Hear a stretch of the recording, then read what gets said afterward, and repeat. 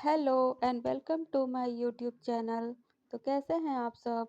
I hope आप लोग बहुत अच्छे होंगे और अच्छे से अपनी तैयारी कर रहे होंगे और अपना ढेर सारा ख्याल रख रहे होंगे। तो गुड इवनिंग गाइस। आज हम हिंदी के 30 क्वेश्चंस करने जा रहे हैं। तो आप लोग बताइए कि आपके 30 में से कितने क्वेश्चन सही होते हैं। और चलिए फिर क्लास को शुरू करते हैं।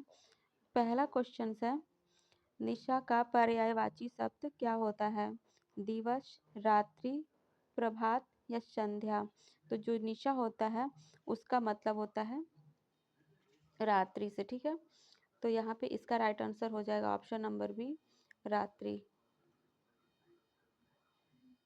कमल का विलोम शब्द है पंकज, कीचड़, जलज या सरोज? तो जो कमल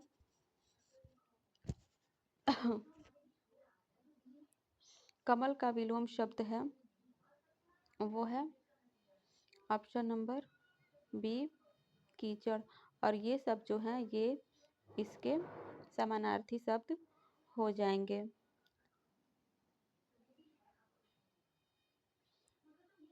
क्वेश्चन नंबर 3, राम ने रावण को मारा। इस वाक्य में रावण क्या है? कर्ता, कर्म, करण या संप्रदान?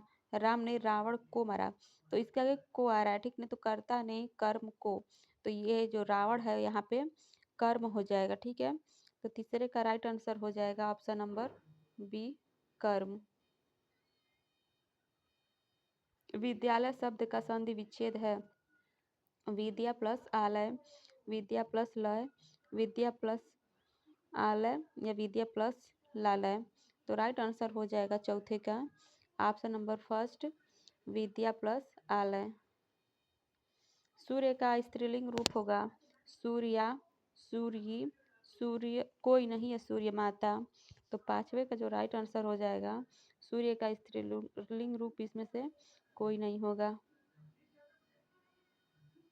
दूध का जला छाछ भी फूक फूक कर पीता है, यह है मुहावरा, लोकोक्ति, वाक्यांश या अलंकार? तो छठवे का राइट आंसर हो जाएगा ऑप्शन नंबर बी, यह एक लोकोक्ति है।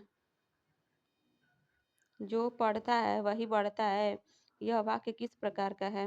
विधानवाचक, आज्ञावाचक, इच्छावाचक या निश्चयवाचक? तो सातवें का राइट आंसर हो जाएगा option number D, निश्चयवाचक।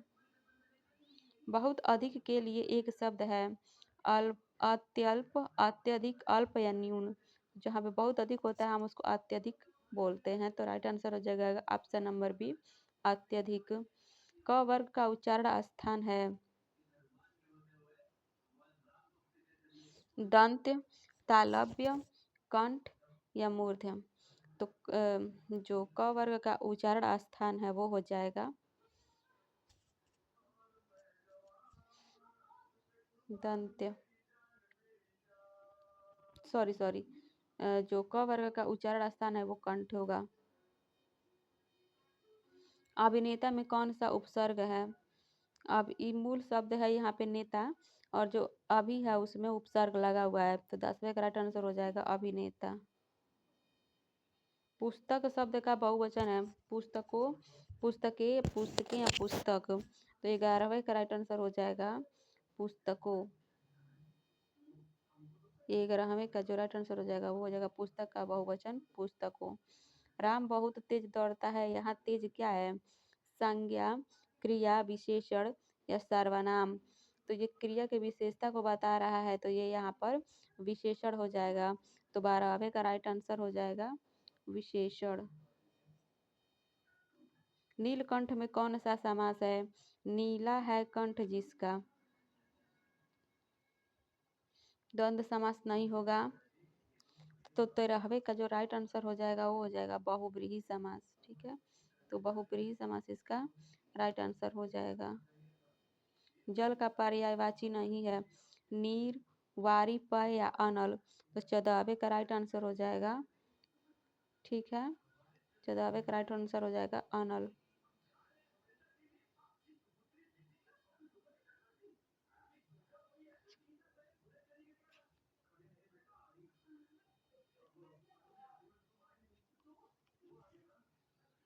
Sorry guys.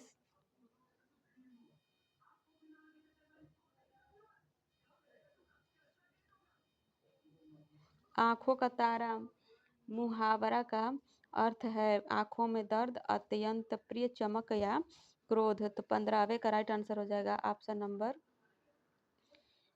Number B. आंखों का तारा मतलब अत्यंत प्रिय। ठीक है। वह कल आएगा, इस वाक्य में कौन सा काल है? तो 16 का राइट आंसर हो जाएगा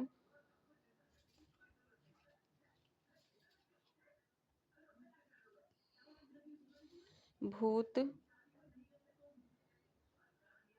भविष्य या भविष्य या पूर्व भूतकाल। तो वह कल आएगा, यह वाक्य किस काल में है? तो 16वें का राइट आंसर हो जाएगा ऑप्शन नंबर सी। ये भविष्य की बात यहाँ पे हो रही है। ठीक है। राम के द्वारा पत्र लिखा गया, यह वाक्य है कर्तृवाच्य, कर्मवाच्य, भाववाच्य या मिश्रवाच्य। तो यहाँ पे 17वें का जो राइट आंसर हो जाएगा वो हो जाएगा राम के द्वारा पत्र लिखा गया। तो यहाँ पे पत्र को सेंटर में रखा गया। ठीक है। राम के द्वारा पत्र लिखा गया, ये नहीं बोला गया है कि राम ने पत्र लिखा। अगर ये होता है कि राम ने पत्र लिखा तो कर्तृवाच्य हो जाता। तो यहाँ पे लिखा है कि राम के द्वारा पत्र लिखा गया, तो इस कर्म को बीच में रखा हुआ है। ठीक है, प्रधान है, तो यहाँ पे कर्मवाच्य हो जाएगा। राइट आंसर इसका हो जाएगा कर्मवाच्य। ठीक है। सुंदरता में कौन सा प्रत्यय है? सुंदर मूल शब्द है और ता यहाँ पे प्रत्यय हो जाएगा। तो 18वें का राइट आंसर हो जाएगा ता। जिसका कोई शत्रु ना हो, एक शब्द में अजात शत्रु, सर्वप्रिय मित्र या सज्जन। जिसका कोई शत्रु ना हो उसको बोलेंगे अजात शत्रु। फल शब्द का विशेषण रूप है फलित, फलादार, फलना या फलता। फल शब्द का विशेषण। तो जो 20वें का राइट आंसर होगा वो हो जाएगा फलित। भारत हमारा देश है, इस वाक्य में भारत क्या है? जातिवाचक संज्ञा, व्यक्तिवाचक संज्ञा, भाववाचक संज्ञा या समूहवाचक संज्ञा। तो 21वें का राइट आंसर हो जाएगा जो भारत है यहाँ पे व्यक्तिवाचक संज्ञा है। दिन रात में कौन सा समास है? दिन और रात, जहाँ दो शब्दों के बीच में दो और आता है वहाँ पे द्वंद्व समास होता है। ठीक है, तो इसका राइट आंसर हो जाएगा द्वंद्व। कृपया बैठिए, यह वाक्य है प्रश्नवाचक, आज्ञावाचक, विस्मय, अधिबोध या नकारात्मक। तो 23वें का राइट आंसर हो जाएगा आज्ञावाचक। ठीक है, हम बैठने की आज्ञा उनको दे रहे हैं। राम और श्याम खेल रहे हैं, यह वाक्य है सरल, संयुक्त और मिश्र। जहाँ पे और से शब्द जुड़ जाते हैं वहाँ पे संयुक्त वाक्य होता है। तो ये हो जाएगा संयुक्त वाक्य। 24वें का राइट आंसर हो जाएगा ऑप्शन नंबर बी। अत्यंत में कौन सा उपसर्ग है? अति, अंत, त्य या अन। तो यहाँ पे राइट आंसर हो जाएगा 25वें का अति। अति यहाँ पे उपसर्ग लगा हुआ है अत्यंत में। जो देखा ना गया वो एक शब्द में अदृष्ट, अनदेखा, अज्ञात या दृष्ट। तो 26वें का राइट आंसर हो जाएगा अदृष्ट। वह बहुत धीरे चलता है, यहाँ धीरे क्या है? विशेषण, क्रिया विशेषण, संज्ञा या सर्वनाम। तो 27वें का राइट आंसर हो जाएगा वह बहुत धीरे चलता है, वो क्रिया की विशेषता को बता रहा है। तो 27वें का राइट आंसर हो जाएगा क्रिया विशेषण। सत्यमेव जयते का अर्थ है सत्य की विजय होती है, सत्य बोलो महान, सत्य महान है या अमर सत्य। तो 28वें का राइट आंसर हो जाएगा ऑप्शन नंबर ए, सत्य की विजय होती है। गाय का पुल्लिंग रूप है बैल, सांड, बछड़ा या गाय। तो जो गाय का पुल्लिंग रूप होगा वो हो जाएगा बैल। करुण रस का स्थायी भाव है रति, शोक, क्रोध या हास।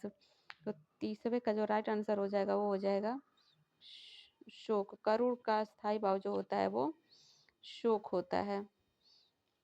तो गाइस हमारे 30 क्वेश्चन कंप्लीट हो चुके हैं। तो आज वीडियो यहीं तक रखते हैं।